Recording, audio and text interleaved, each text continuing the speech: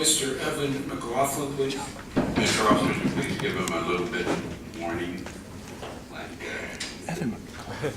He didn't give you 30 seconds.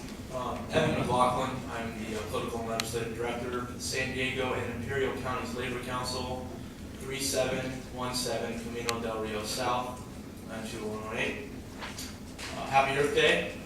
I wanted to come and address this body, kind of talk a little bit about what's going on right now, and what some of our friends in the audience are trying to make this board into.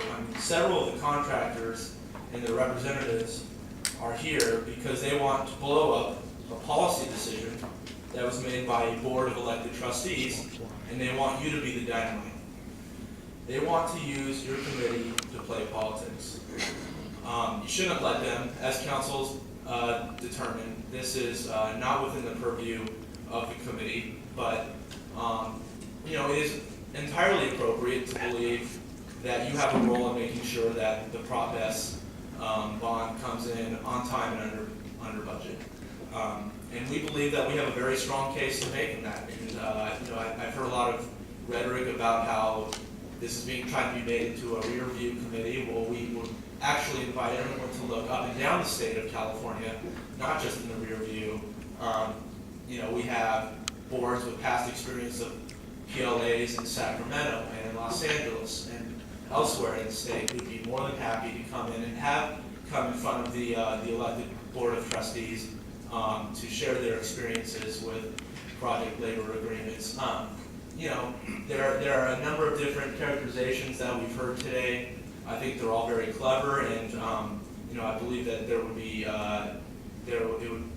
be good for you to try to reconcile that with what the experience has been in other parts of the state. For example, in the city of Los Angeles, Department of Public Works, they have a master PLA on their work. 59% of the contractors who win work on that are non-union. It is not a union-only agreement. There are other ways that this body can choose to recommend to make sure that it comes in on time, under budget, but please don't become a political pawn in this game. Thank you very much. Thank you. Next, please. I want to invite Mr. Patrick Flannery, please. Thank you, Pat Flannery. 3 points. First of all, if the project labor agreement, project stabilization agreement, whatever you want to call it, was disclosed prior to ballot on Proposition S, my job would, as the opponent of it, would have been a lot easier. I may even have beat you guys. That's a very important point, and there's no question about that. The other point is this. It's interesting to watch the politics. You are involved in politics here. You can't be apolitical. The unions may control the board, but thank goodness they don't control you. I hope they don't. So don't listen to those who say that you can't do the oversight that you're charged with. But it's interesting what's behind all of this. Any good capitalist will tell you the first rule of capitalism is try and get a monopoly. Try and get the maximum amount of market share as possible.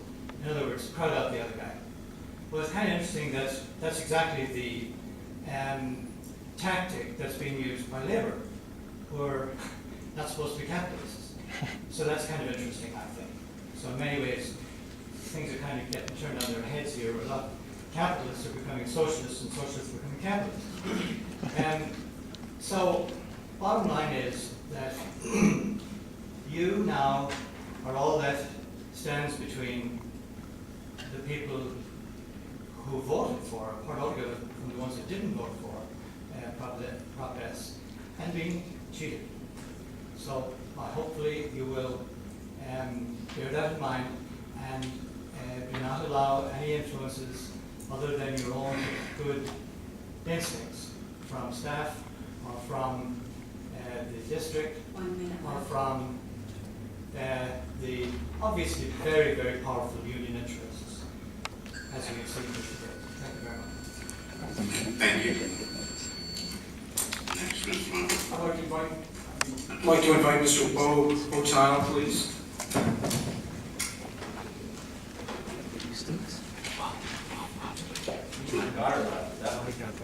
Bob Ottley. It Get must, the last name wrong. it must be your handwriting, Bob. I think Can you pronounce that again, please? it's Bob Ottley. Thank you. And I'm an attorney at 550 West C Street. And I'm here just on one issue, which is Mr. Brazil, and I hope I'm pronouncing his name correctly, opinion that the ICOC is limited in its oversight function just to performing what essentially would be an audit function. As to this agenda item, he has opined to you that whether, quote, to adopt a project labor agreement is not within the jurisdiction of the ICOC, end quote. To accept this opinion would, in my view, be both a violation of state law and an abdication of your responsibilities under the law, but also would effectively eviscerate the oversight function of the committee. I would urge that any significant changes on conditions imposed on best programs or projects be evaluated by your committee prior to action by the board. Position I see has been shared by the San Diego Taxpayers Association in correspondence, which I was provided a copy of with this afternoon. I'm an attorney with 2 decades of work as a litigator in public law. If I was your counsel, I would give you just the opposite advice of the advice you receive from your counsel. Education Code Section 15278 could not be more clear. Specifically subsections B and C and subsection 5 within subsection C. Some practical advice I would give you if I was your attorney. Doesn't matter what counsel tells you. You're an oversight committee. You can do whatever you want. If they think you're doing something wrong, it's going to be somebody else's obligation to go into court and get a declaration from a judge to stop you from doing it. So I wouldn't get too caught up in the debate if you disagree, as most of us do, with the advice you've been given by counsel. Your whole purpose is to protect the taxpayers who provide the tax dollars. People like us, our friends, our co-workers, our neighbors.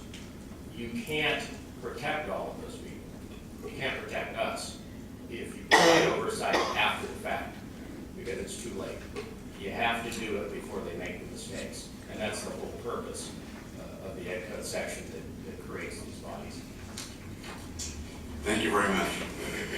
Mr. President, I agree with Mr. Ottley's opinion. I was a little bit concerned with the fact that this negotiation is happening outside of our oversight, or without our oversight. So I just got a letter from the attorney that actually addressed to the ADC that they forwarded to me. Okay, and we will have, as soon as we finish public testimony, we are going, we as a committee will debate. Oh, it is? Terry didn't You say? do something. Terry? I was talking to her last month. There's one more, sir, there's one.